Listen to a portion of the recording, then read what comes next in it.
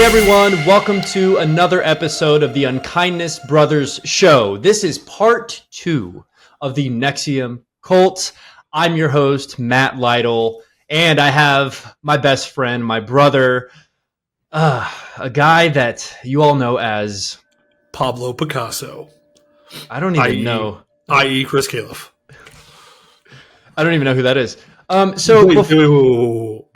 Whoa. Oh, you sorry. don't know who Pablo Picasso is. Like Picasso, Picasso? The one and only. Okay, I didn't know his first name was Pablo. Oh my God. Uncultured. So, okay, I'll take that. That's fine. But I do have to ask you, because this is very important. Last time we were on air, you sounded like shit. How do you feel? A lot better. Still a little bit plugged up. Can taste again, which is nice, but definitely still feeling it. Plugged up? A little plugged up. Okay. Well, you still look bad, but at least you sound better.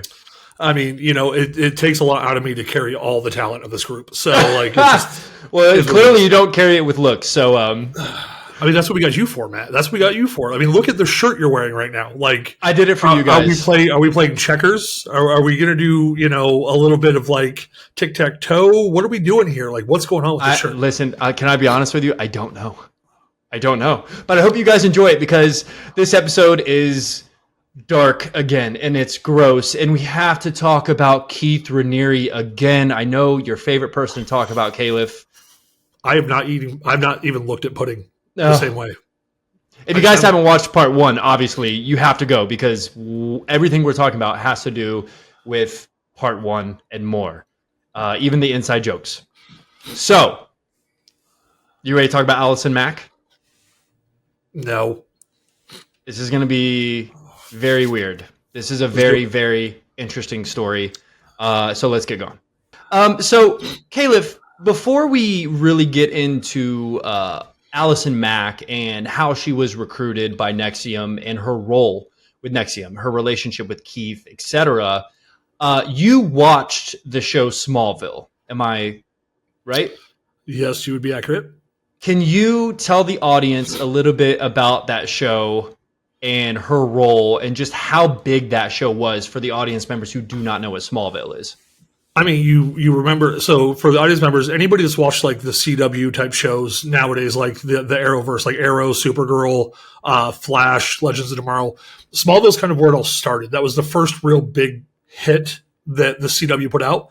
I mean, I think it pretty much predates Supernatural as well at this point. 2001 was the first season. And I mean, it was basically the origin story of Clark Kent, Superman. So Allison Mack's character, I cannot remember what her name was in the show, but she was essentially the what the young kids would call the pick me girl. She was the best friend of Clark Kent. Very stunning, very, very beautiful woman, great actress, lit up the screen whenever she was on it. And for the longest time, what people thought was a really good human. She had a pretty promising career in front of her with this whole, like, I mean, Smallville took off. It was a huge hit. So, yeah, and I'm glad you said that's a very good explanation of the show. I have watched the show before. It was a little before my time, I will say, but I have rewatched it as an adult a little bit, just for my nerdiness of Superman. And Allison Mack was also in a movie that I grew up watching all the time, and that is Honey, I Shrunk Ourselves. So there was Honey, I Shrunk the Kids, and there was Honey, I Shrunk Ourselves, which was the second movie. And I don't know why it was that, but my sister and I growing up watched that all the time at my dad's, at my grandma's, at my mom's, everyone's house. And I just realized that she was the older sister in that movie. I just realized that a couple of days ago doing research. Oh, wow. Right? Wow. So, yeah. So, again, what Caleb just said, she had such a great career going for her. Smallville was such a big show. And 2006 happened. 2006 was the year. This is 5 years, 5 seasons potentially into Smallville. One of her co-stars, Kristen Kruk, had mentioned NXIVM and the ESP classes, Executive Success Programs, which we talked about in part 1. Allison was interested, said, you know, I want some self-help. I want to better myself. And she was not completely happy with her acting career at the moment, Califf. It's very confusing to me. She didn't feel like she was a good enough actor. And she thought that this program, and I get it, like maybe this program could clear your mind, could make her grow as a human and make her see things differently in life, which could lead to screen, right? Profitable. What? I think that in any MLM based or just in Scientology rings a bell, right? It scares me because do you believe in like this treatment you're getting, or do you believe in the fact that you know that if you give in, these people will do there's the whole idea with Scientology that like they would make actors bigger, like you'd get bigger and better roles and all that stuff. So it kind of, for me, it's kind of like, okay, did she doubt her acting career, or was it that she knew that maybe this would be able to give her a bigger boost? Yeah, very, very, very good point. So moving forward with her recruitment, what happened was, so she was in Vancouver at the time. This is where Smallville was shot. And she went to the classes. And guess who heard that Allison Mack, like we just mentioned, she was a big upcoming name right now. Right now, she's in her early 20s, 2006. Guess who caught wind of her taking the 5-day module programs? Pudding. Mr. Keith Raniere. Keith Raniere, who was the leader of this cult. I don't even want to say the word leader because that like the guy with the consistency of butterscotch pudding. Yeah, his name's Butterscotch Pudding. For everyone, we came up with that between part 1 and tonight.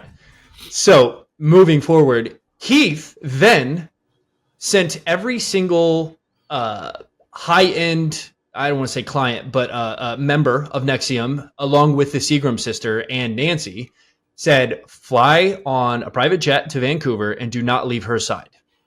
So that's exactly what happened. All of those people went. This is a big, big target for Keith Raniere. And you would think, oh, because, she's an actress, she's famous. Yeah, I mean, it's his prized possession. Look at her popularity, right? But as we know from part 1, Keith had other ideas for Allison Mack, which we will get to a little later in this episode.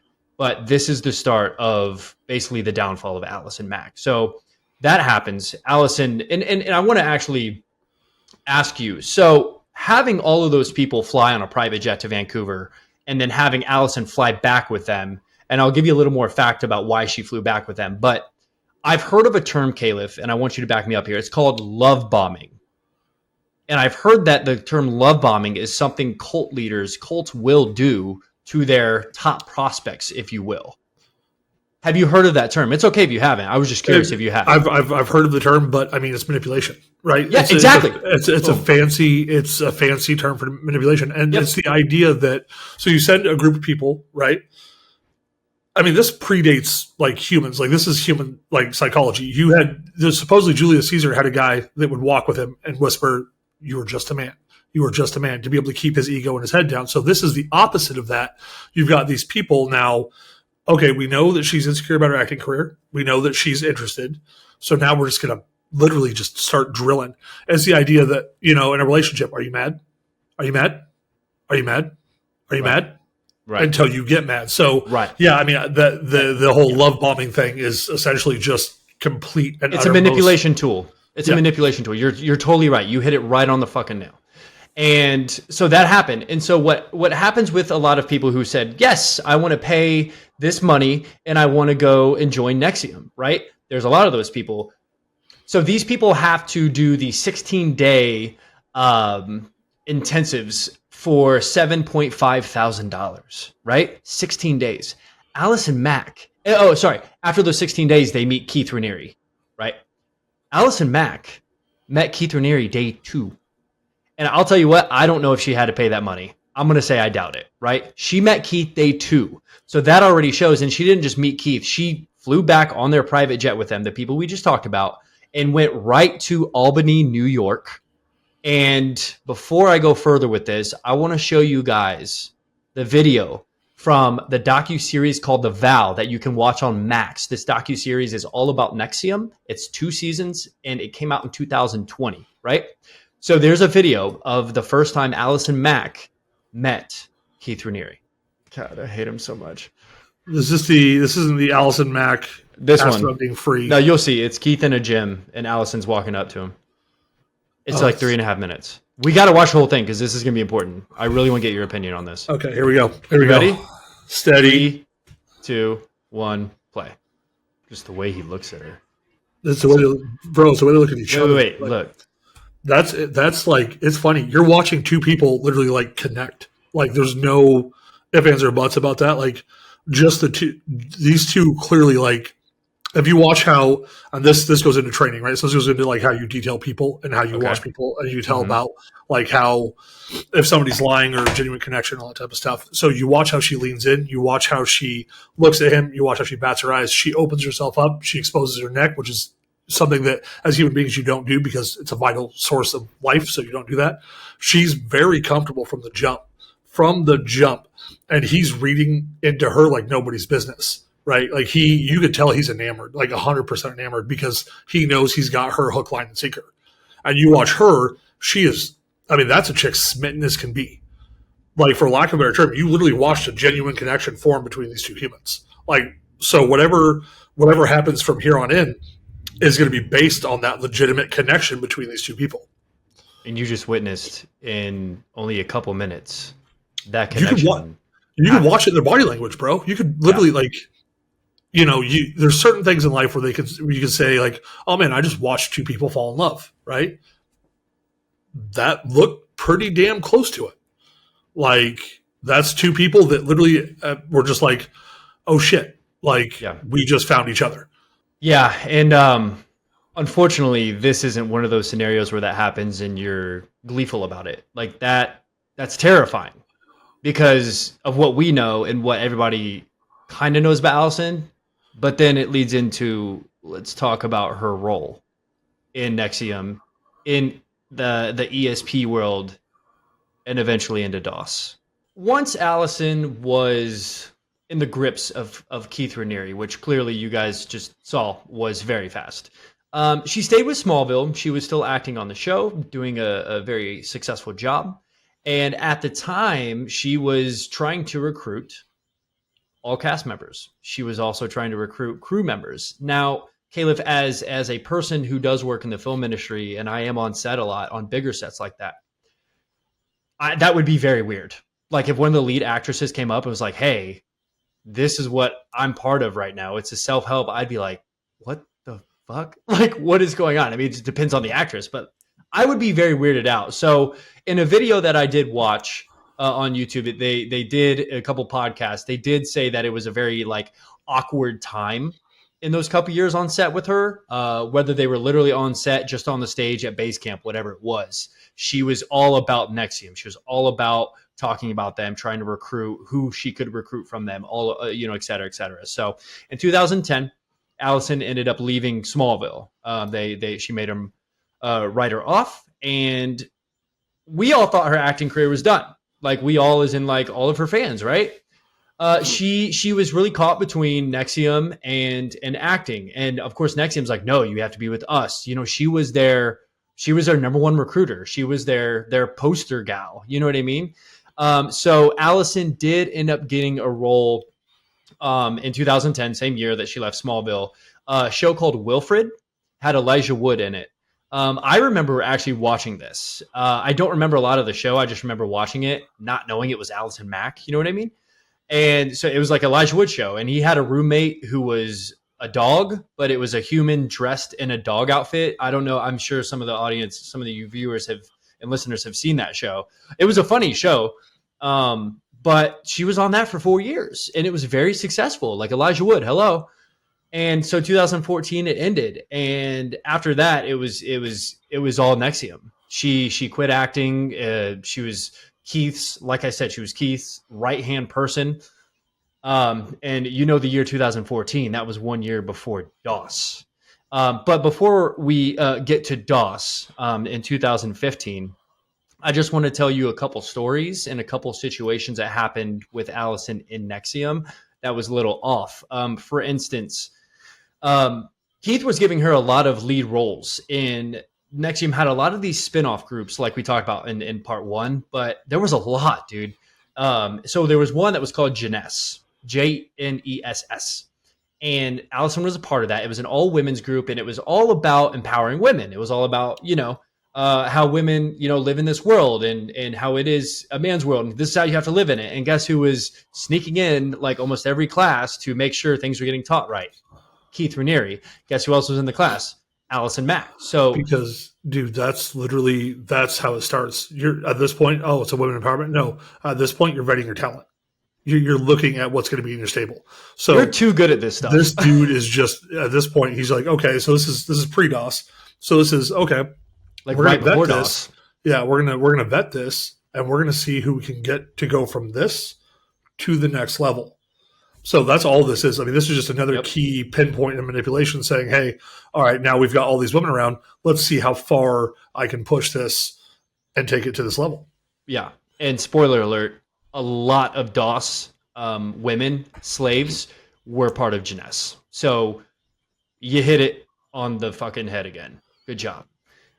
So Keith would also have his all men's group join Jeunesse a couple times.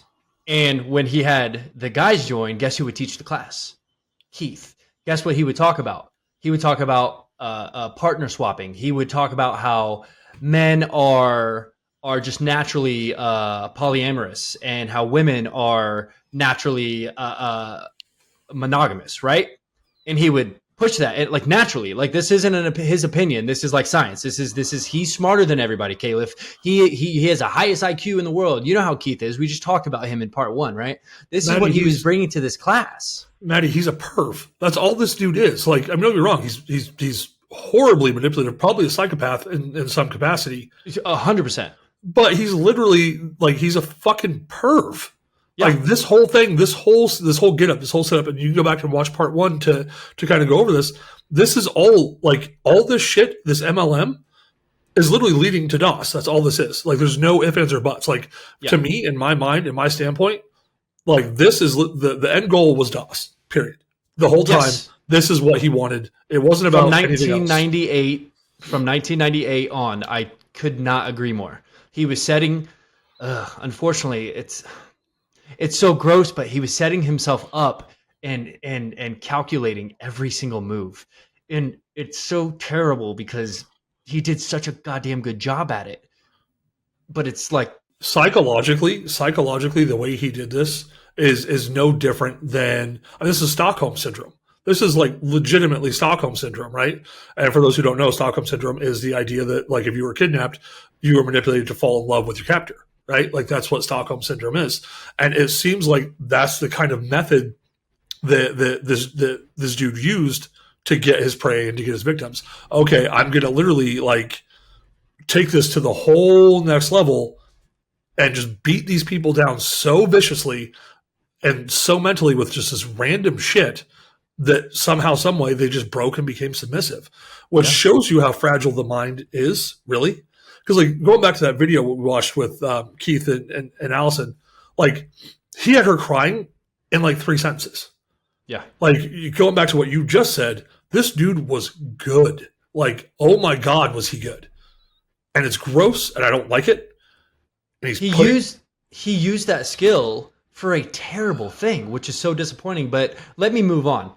There's a couple more things that I want to tell you about NXIVM and Allison's role. So going back to Jeunesse, going back to the classes, Keith, just a couple more things Keith would do, because this is very notable. This is what we're trying to paint you guys a picture of what these people went through and what Allison Mack went through, right? Because that's who we're talking about. So he'd preach about open relationships. He would say, again, this is Keith's words, that it was women's fault that men would act the way they do, emphasizing that women tempted men sexually all the time. Let me finish that, and then I'll get your opinion. Let me finish. Let me say a little more. He'd also have these two groups when they met up through military type workouts, Califf. And if the women refused, not the men, if the women refused, he'd make them do things like wear a cow costume. He would make them wear jock straps. He would make them wear masks while doing these workouts. The women, again, not the men, but the women had to get permission to eat. They had to get permission to drink and even use the bathroom. And Keith would label all of this, guess what? Character building exercises. So does this sound a little familiar about part 1? What does what I just said sound like? What the hell was this guy preaching in DOS? This is just said it was leading to DOS. This is psychological. He was trying it out. Go ahead. This is psychological torment. This is literally psychological. I mean, the best way to bring somebody down, the best way to get somebody to conform and to, like, you know, get them to where you want them to be and be able to be submissive and all this crap is literally what he's doing. You have to break them down. So you have a really attractive woman come into this thing and, oh, I don't want to work out. Oh, well, now we're going to put you in a cow costume. What does that do? That's instantly degrading. That instantly puts you in a position to where you understand that you are below this guy, which is what he's trying to establish, right? He's trying to establish to you, you are not on my level. You will do as I say, when I say, why I say. And it starts out subtly, cow costumes, or probably, you know, shit talking or whatever, asking somebody to eat. Yeah. And all that's doing at this point is he's testing the water about who will submit and who will not. That's all this is. He's literally, again, this is right before DOS. Okay, if I can get this chick in a cow costume, have her wear a jock strap, have her wear a mask over her face while she's maybe she'll touch, like, he's the thing is that maybe she'll touch my pudding. Like that's kind of that's what was going through his mind. Probably the pudding part too. Yeah. So again, this is right before, and there's a story. Okay, so now Allison Mack is a part of all this. Allison Mack also led a couple theater acting groups, right? And I'm going to talk about those here in a minute because those were actually more during DOS. So there's a story though I want to share with you. This is a story about 2014 this happened. So we all know Michael Rosenbaum. He played Lex Luthor on Smallville. So Michael Rosenbaum has a podcast called Inside of You. Inside of You. I read that right. It's still on YouTube. It's still an active podcast. So he had a story, and he was talking to Sarah Edmondson, who was a part of DOS and who actually left DOS and helped take down DOS. Right. So very important character in that story. So Michael says, story about Allison. She was in town. I don't even need to read my notes. I know the story. So she was in town where Michael lives, I believe Vancouver. And she texted him and said, hey, and he had not seen her for about 4 years. She said, hey, I'm in town with some friends for work or whatever. You want to hang out? He said, sure. Yeah, absolutely. You can come over to my house. Like, that'd be great. It'd be good to see you. Nothing weird, right? He says, when Allison got there, she walked straight into the house like she owned the house. Her and her friend she was with, they walked right to the kitchen and just started getting out pots and pans. And Michael was like, what the hell are these people doing? And he's like, there was just a very weird energy, right? Like, it was just very odd. And he walks in the kitchen and was like, what the fuck you guys doing? And they were like, we're hungry. We're going to make food. And then he was like, okay, but like, no, like, you didn't even say hi to me, right? So there's a little bit of back and forth there. And the man that was with Allison, I think she had a couple people with her. And there was one guy, it wasn't Keith. I don't know who it was. It was probably just somebody in NXIVM. Went off on Michael, screamed at him, cussed him out in his own house. And Michael's sitting there like mind blown that this man is disrespecting him in his own house, but also like, Allison, why are you not de-escalating this right now? This is very weird. This is unlike you. And that's when he's like, I knew Allison was a completely different person. And so they left right away, obviously. And he said Allison did not apologize walking out, didn't look at him. And then she ended up texting him days later and said that she was sorry. So just hearing that from one of her co-stars, by the way, I think he did a great job playing Lex Luthor. But just hearing that, Califf, like, I don't know, what's your thoughts? Just she's 8 years into DOS, she's 8 years into NXIVM at this point. 8 years. She's Keith's goddess. She can do whatever she wants, right? She's been living in this alternate reality with Keith. And now she has this complex where she can do whatever she wants. And clearly everybody around her is going to protect that ideology, right? They're going to sit there and be like, go off, like, don't ever talk to, the queen or whatever like that. So they're all protecting Allison. And furthermore, just feeding this delusion that she's untouchable. Yes. Yeah. She was, I what you said. Like, I don't have anything to add to that besides, she was living in the NXIVM bubble for years and years. And it's clear that was the case, especially with Keith Raniere. So moving forward as well, just a couple more things. Like Allison in 2013, she was trying to recruit big names. To name a few, she tweeted out in 2013 at Kelly Clarkson and was just like, "Hey Kelly, I'm part of this program. I think it could help you, da da da da da." And then in 2016, which we all know 2016 from part one was when DOS was at its highest, she tweeted at Emma Watson, who was my childhood crush, by the way, Hermione. And she tweeted at her. And in my head, I'm watching this story on YouTube, right? And I'm like, she really just tried to get Emma Watson, not into NXIVM, but into... I never saw Twilight, so I couldn't tell you. Harry Potter weirdo. Are you serious? You're not serious, are you? Okay, Mr. fucking Pablo Picasso, please get out of here. All right, yeah, the viewers are back on my versus, side. Like, I've never culture. seen. It's Harry Potter. That is culture. It. That's pop culture. Never read it. Oh my god! Take that Denver Broncos hat off right now. You do not deserve it. I have never. No. Here's that one for you. I've never seen Lord of the Rings. Oh my god! I think this might be my last episode, everyone. Okay, can we move forward without... I hate you so much right now, Califf. All right, so remember I mentioned that Keith made her a leader of a lot of these, I like to say spin-off classes because we talk about movies and TV all the time, so spin-offs. So Keith made her a leader of these. So she is now recruiter, like high up. She might have been a proctor or senior proctor. I think she was a proctor at this point. This is 2014 getting into 2015, which was DOS. So Keith is like giving her as much power as she needs, right? With all that power, with all that responsibility, no pun intended, Spider-Man, she should have got paid, brother. Keith wasn't paying her. Keith was not paying her. Oh, he was. Why? He was. Well, he was paying her, but not with cash. And the reason why, Keith came out and said, "I will pay you when you get India Oxenberg into DOS." So I didn't like for the class explain who this person is because I didn't know who this human was until part one. Yeah, so. India Oxenberg is another big ticket recruit from NXIVM. Her mom is Catherine Oxenberg, who is a famous actress, and India, was royalty as well. Her grandmother is a part of a royal family. I to be honest with you, I forget what country, but she is royalty as well. So she's a big ticket item. And that's why that was Keith's excuse to not pay Allison. Allison at this point, my brother, 2015, 2016, this very successful actress who made a good amount of money very young was broke. She emailed him. Here, let's pull up the email. So she emailed him and basically said, "Hey, I'm having some financial issues. I'm just, basically wondering kind of where the payment is for, you these courses or whatnot."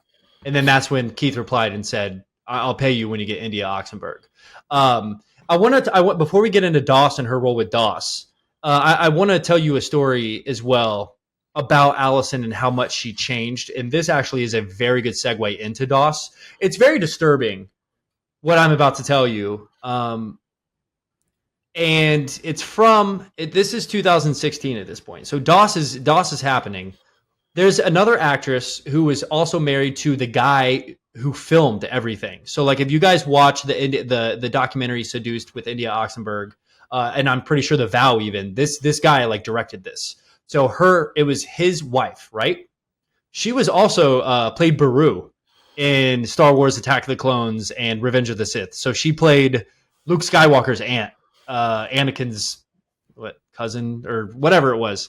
She played Beru. Okay. And it's funny because I was as I watched all this footage, I'm like, where do I know her? Where do I know her? And then finally one of the films I watched, it was an hour-long video on YouTube. It's a documentary about Allison Mack. You guys can watch it. It said who she was. I was like, oh my God.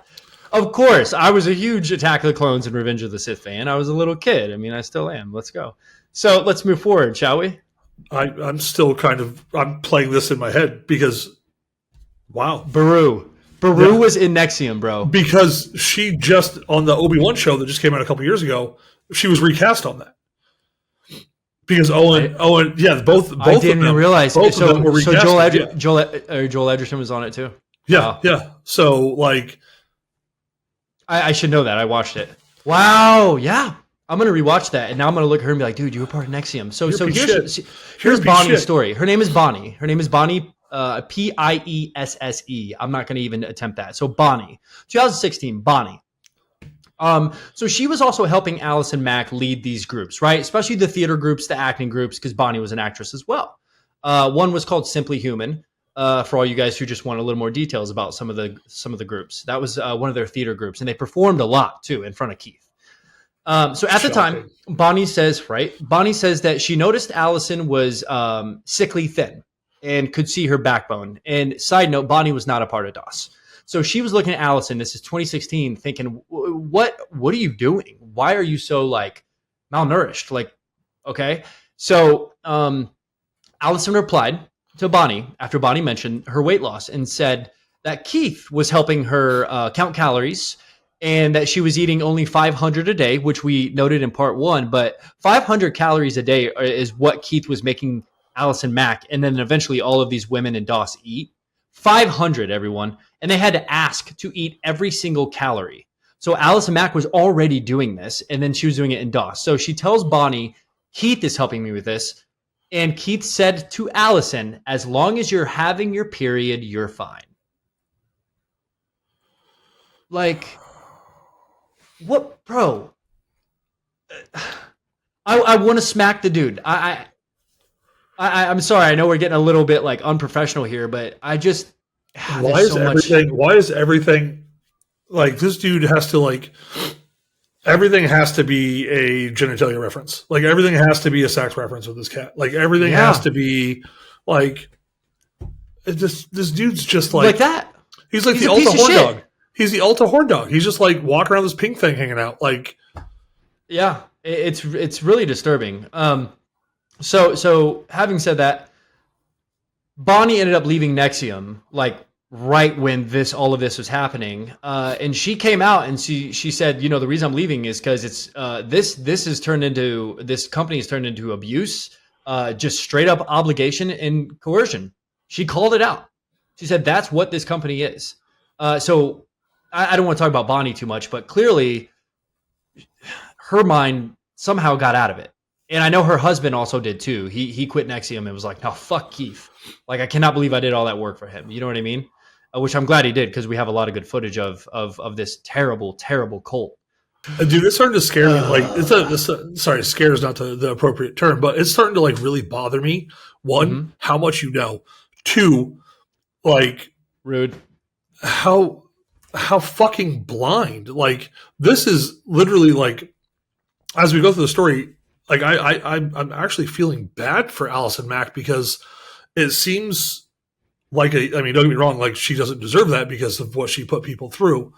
Right. But it's like this twisted sense of love has now become obligation. And when do you get to a point when you just think you're stuck, right? Like you've heard the terms about abusive relationships and the cycles that happen with them and all that type of stuff. You know, it sounds a lot like that's what this has become for a lot of people. It's just an abusive relationship that they don't know how to get out of. And like Allison at this point, you know, going back to part 1, he's got all this fucking dirt on her. He's all the things that, you know, what was it, monthly? Yeah. It was monthly. We'll rehash that out actually right now. So I'm glad you brought that up. Califf, I need to tell you this because this is the last words Allison Mack said to Bonnie. And Bonnie and Allison were very, very close. Obviously, they were both actresses. They both had been in Hollywood films and TV shows, right? So Bonnie, when she mentioned to Keith that she was leaving, and this is why, he said, and I quote, "You seem to have a commitment to being a victim." Okay? You don't have to comment on that. I just want everybody to know once Bonnie said that. This is how, Keith, fuck you. Okay. I'm sorry, bro. Sometimes the emotions just come out. He's such a piece of shit. So right before Bonnie left, this is where we're going to get into DOS. Right before Bonnie left, she sat down with Allison, and Allison told her, she said, "Hey, Bonnie, I have to admit to you, I have a lifetime vow to Keith, a vow of devotion."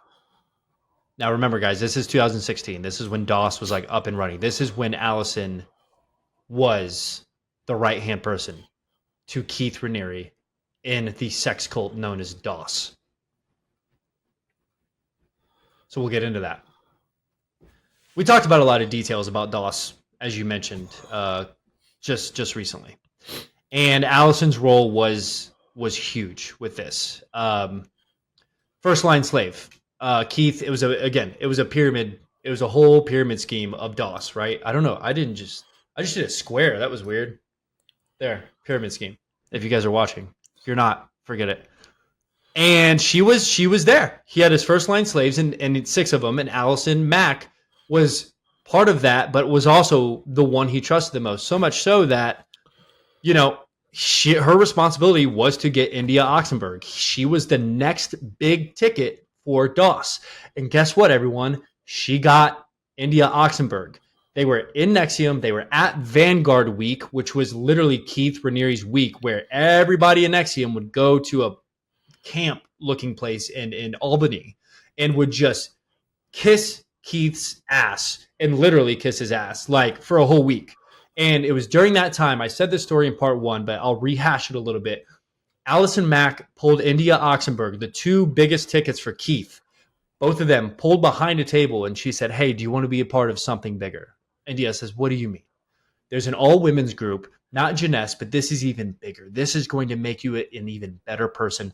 It is the most you can do for yourself. You are going to have so many challenges that'll make you grow, et cetera, et cetera." And India said, "Okay, great."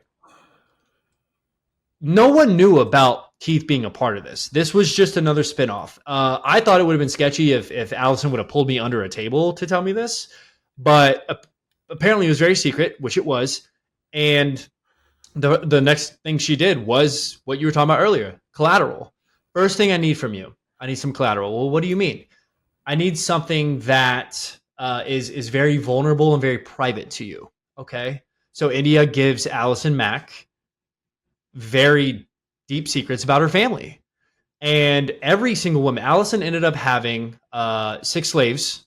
And I think I mentioned this in the last podcast as well. They went on a trip, and Allison made them all take nude photos and send them to Keith. And they still didn't know Keith was part of this. Again, it's these women were so deep into NXIVM, Califf. They were so beat down. You just said it, Jeunesse.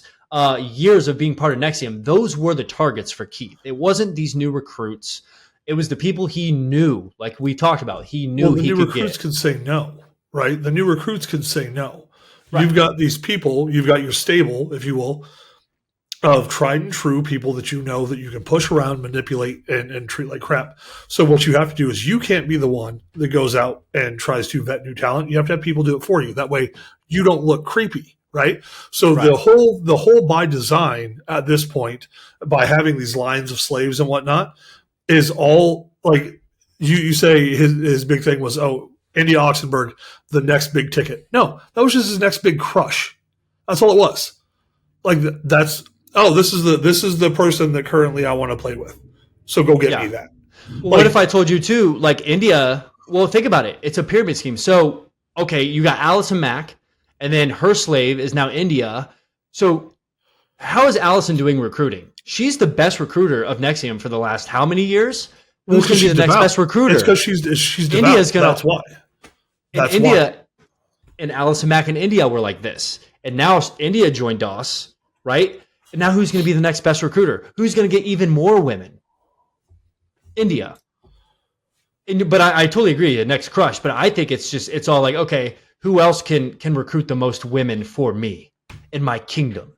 I think Allison would have been enough. Well, it wasn't for Keith. It wasn't for Keith. Fucking piece of shit. Yeah. So let me read through some of these notes. Let me see what's. Do you have something to say? Yeah, I wish that somebody could have looked at these women and been like, dude, you guys are enough as is. Like who you are and what you are is enough, because what you're doing and what this dude's having you do, fundamentally is wrong, is unacceptable, and it's not okay. Like as a human being, we all know right from wrong. Do we toy with that at times? Of course we do. But I really wish that somebody could have like went to Allison Mack, maybe a friend or whoever, and was just like, dude, like, come on. Like I know. Come on. Well, that's the thing too, Califf, is like, I know this isn't an India Oxenberg podcast, but her mom was like really, really, really trying to. I mean, so much so she had to go public with it. And that started, her and India just started doing this. But again, India was in, dude. She didn't see any other way, And we don't have to talk too much about that, but there were people. I'm sure there were people even for Allison. And just the stuff that Allison was doing. And again, she was making her slaves text her, good night, master, good morning, master. And if they missed, they would be punished, right? They would have to send more collateral, like you said earlier. Then it ended up being more collateral monthly. And that was a demand. And that was a demand from Keith passed down to Allison Mack. It's like it all reminds me of when you were talking in part 1 about the branding ceremony.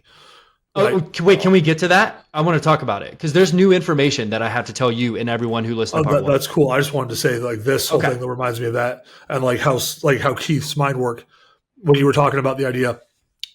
Whatever you do, make sure they say they're okay with it, so it doesn't look like coercion. Yes. Well, we actually said that over the phone, Califf. That wasn't in part 1. We said that over the phone. Nope, we said that over the phone.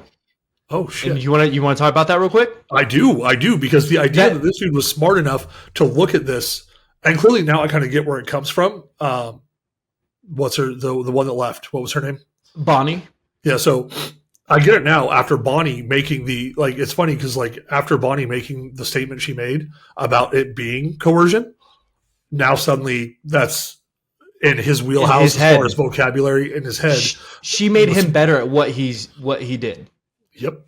Unfortunately, you're totally right. So what Caleb's talking about is I do want to get to the branding because you'll see a lot more detail about DOS in part 1, and Allison Mack was such a big part of all these punishments and the text messages and the collateral. She was collecting collateral. She had all the spreadsheets for DOS. She had the videos for DOS. She had everything. Allison was Keith's right-hand person, right? She was Keith in female version. Essentially, she was just being told by Keith. So there's a video, I believe it's part of the documentary, The Vow. And Keith Raniere it's him walking and he's talking to somebody about the branding ceremony. So these women were branded, right? And the idea, before I tell you what I'm going to tell you, Caleb, this is also new. So the branding idea did not come from Keith. It was Allison Mack's idea. Jesus Somebody Christ. In Keith's inner circle said, oh, you should have part of DOS, obviously, we should have everybody get matching tattoos. And Allison was like, what if we got branded? And then they had a whole meeting.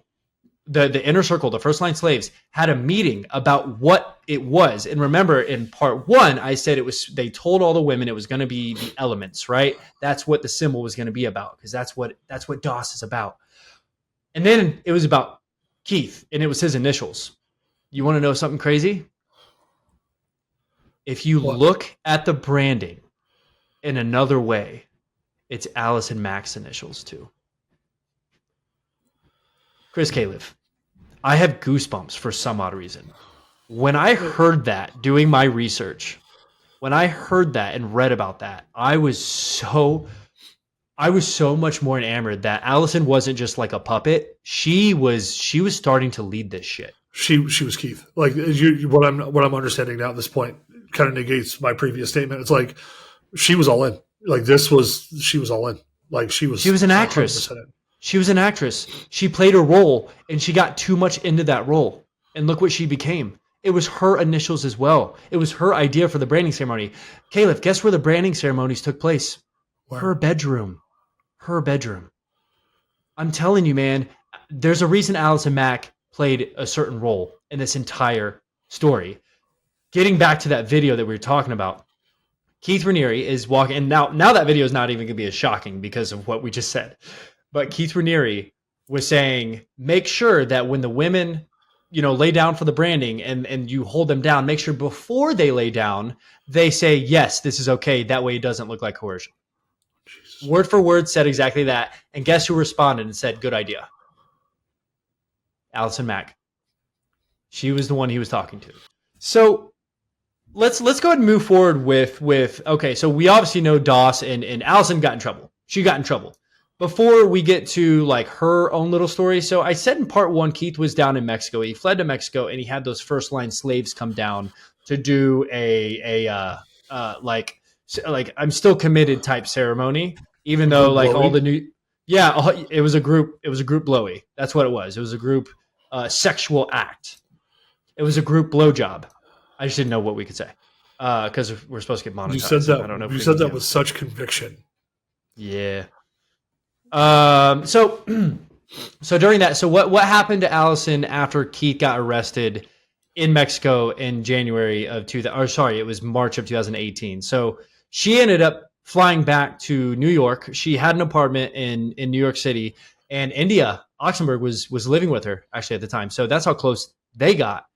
And cops surrounded her place, and on April 20th, 420 of 2018, Allison Mack was arrested. And I have some things that I need to mention part of her trial that will lead to what happened to her. So this is basically the fallout, right? So she got arrested because her name was mixed in with a New York Times article that first came out about DOS and the sex cult and Keith, but also every other LA. Also, keep in mind though, it's clickbait, right? Like it's no different than it is now. She's semi-famous actress from a hit TV show X amount of years before, so it's clickbait. So of course you're automatically going to attach her to everything that is and will be this. Yeah, I mean that's true, but I mean she also was a massive part of DOS and NXIVM. So after April 20th, after she was arrested, she was actually placed on house arrest. So she went and lived with her parents. She was on house arrest, and during that time, Chris, she said, "Hey, India, I need you to get all of my shit from my apartment and bring it to my parents' house." India said, "Okay, great. Like, of course I'll do that." India ended up finding a shit ton of flash drives and hard drives. What did India do? Because she is fucking smart. She said, "Let's see what's on these." And Chris Califf, that was the spreadsheets, the videos, the photos, the journals of all the collateral of every single woman, the 150 women that ended up being in DOS. All of that information India Oxenberg found and had in her hands. So I can say with a lot of confidence, I'm sure Allison Mack regretted telling India that because that ended up leading to obviously the arrests of these clowns. Moving forward, she was arrested and was, I don't even have these notes. What was she arrested for? Racketeering and racketeering conspiracy. And yes, racketeering. What was it? Was it 2021? It was summer of 2021. So summer of 2021, she was found guilty of racketeering and racketeering conspiracy. And she was supposed to serve 3 years in prison. She ended up serving 21 months in Dublin, California, and was out on good behavior. And before we talk about kind of how Allison is now and all of that, I have a couple quotes from the trial, right? So the judge told Allison, here, let me just read this to be more factual. So Allison pled guilty to racketeering and racketeering conspiracy on June 30th, 2021, and was sentenced to 3 years in federal prison, right?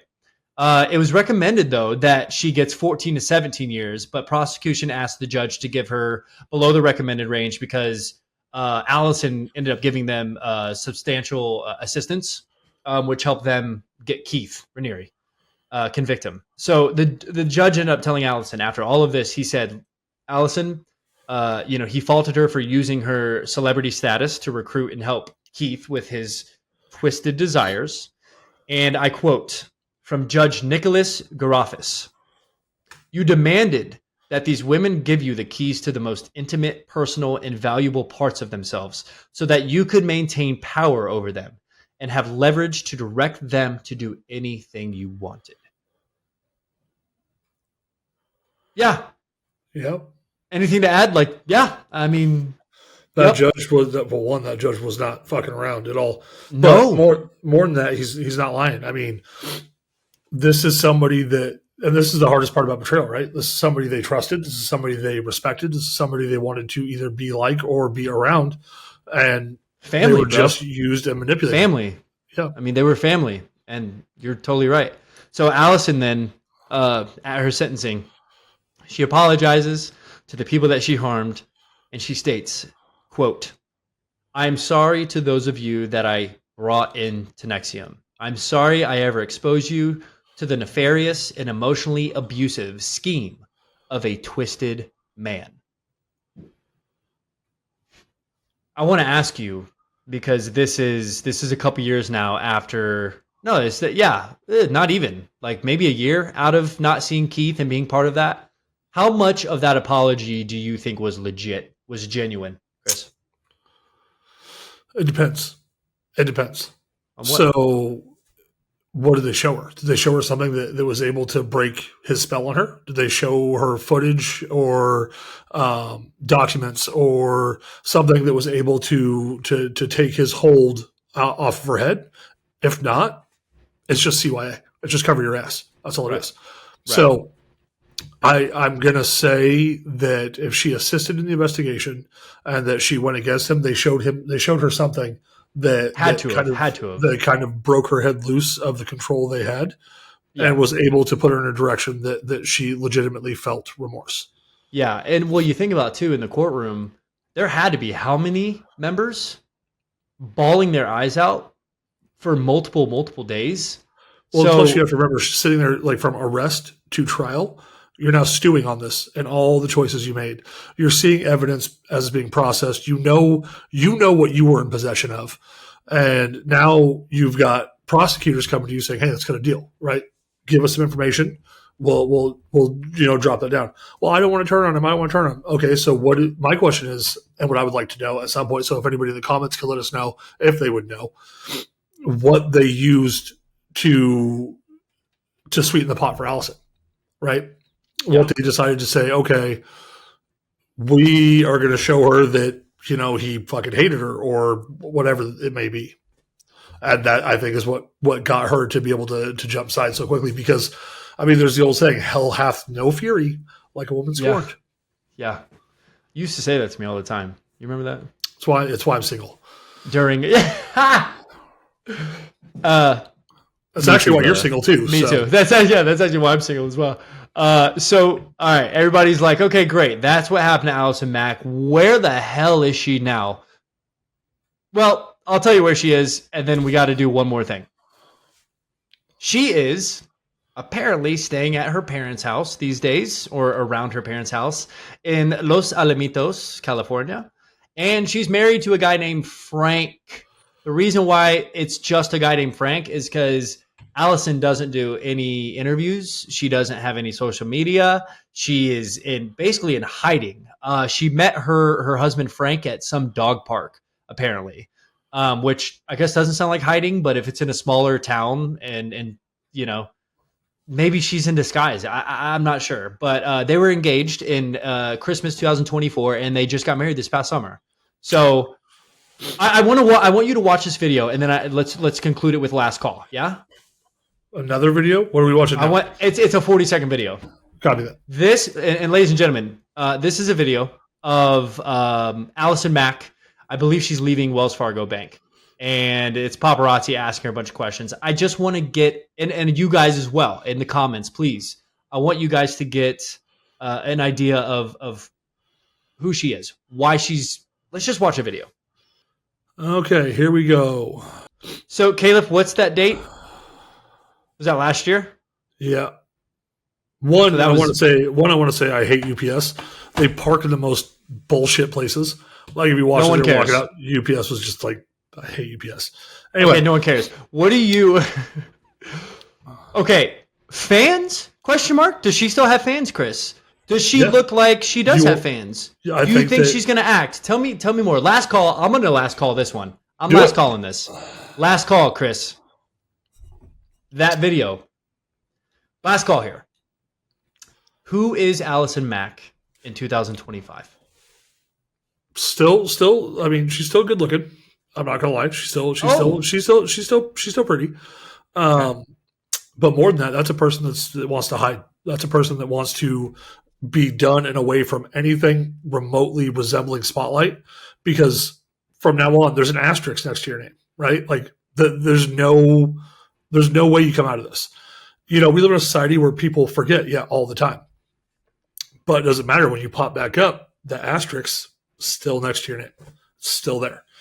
And with something this big, with something this heinous that took the coverage that it did, the fact that we've talked about it for a couple episodes now, that's a person that just wants to me, that's a person that just wants to live their life quietly. They know what they've done. They've done enough damage. They've done enough bad shit that they're just like, you know what? I just want to be left alone to live my life and do my thing. Yeah. And clearly she's done that by getting married and potentially starting a family. For me, I think you brought up a good point.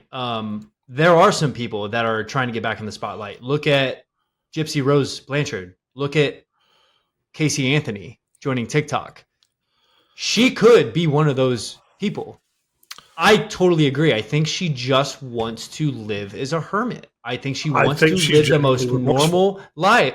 I think she wants to live the most normal life she can. What were you saying? You think that's how you show. I think that's how you see remorse in a person, right? Like Casey Anthony is still an attention whore. Like she's still look at me, and Gypsy Rose Blanchard. I hope she rots in hell. Don't get me wrong. I'm not saying that Allison Mack deserves a pass by any stretch of the imagination because she was my childhood crush or because she has remorse now. But I'm saying that out of these people, she genuinely seems to be like, you know what? I fucked up. I'm going to be over here. And that I think is big, and it's different than what we see in most of these cases, right? You typically see people that are still at it, grabbing for attention, whatever have you, because fame is an addiction. It's a drug. It gives you money. With this, you generally have somebody who looks like they know they fucked up. And if I'm living proof of one thing, specifically here at Last Call, is that people can change. And I think you're looking at somebody who hopefully is trying to find redemption, is trying to find purpose, and is trying to find new reason outside of all of those years of complete hell. Mm-hmm. And this is where you and I agree the most in life. Because what you and I have just been through personally, and the growth and all of that, I couldn't agree more. Because I also look at it as in like, oh no, well what she did, fuck her. She'll always like, I'll always hate her. She'll always rot in hell. People change. She's hurt a lot of people. And she's hurt a lot, and people can change fast. Yep. Now, I'm not defending her either. God, I'm not defending her or what she did whatsoever. Again, it is an awful, awful thing. Who she supported and what acts she carried out for years and years. All of the wonderful human beings, wonderful women that she hurt. There's no taking that back. But I think today, I think you're totally right. I think Allison Mack would say that she is genuinely sorry. You can't change the fact that you made victims of these people. You can't. Allison Mack could never change the fact that she victimized people. That will never go away. That just won't. But at the end of the day, I think that people can take accountability and try to move their life in a direction away from the damage they've caused. And to me, that seems like the path that she's on. Yeah. Same here. Even with the putrid story of the NXIVM, ESP, and the cult that we know as DOS. To all ladies those and gentlemen, to all those involved, like one last thing I want to add, Matt. Yeah, to all those involved, the people that were victimized, the people that were a part of this, whether you chose to be or you did not, like, shame on you. Shame on you for taking the innocence, the all around beauty of humanity and ruining it. We're all born with confidence. We're all born with self-worth. And one of my favorite songs, how quickly it turns to not. And shame on you for making these people now live a life for the rest of their lives as a victim because of what you took from them. So shame on you, goddamn you, specifically you, Keith Raniere, you worthless, tiny piece of shit. What you did and what you took from people, there's no, like, there's a special place in hell for somebody like you. Yeah. And that is the truth. And ladies and gentlemen, that is going to be all for part 2 of the NXIVM cult, talking about Allison Mack and her role in the entire 2 decades almost that she was in it.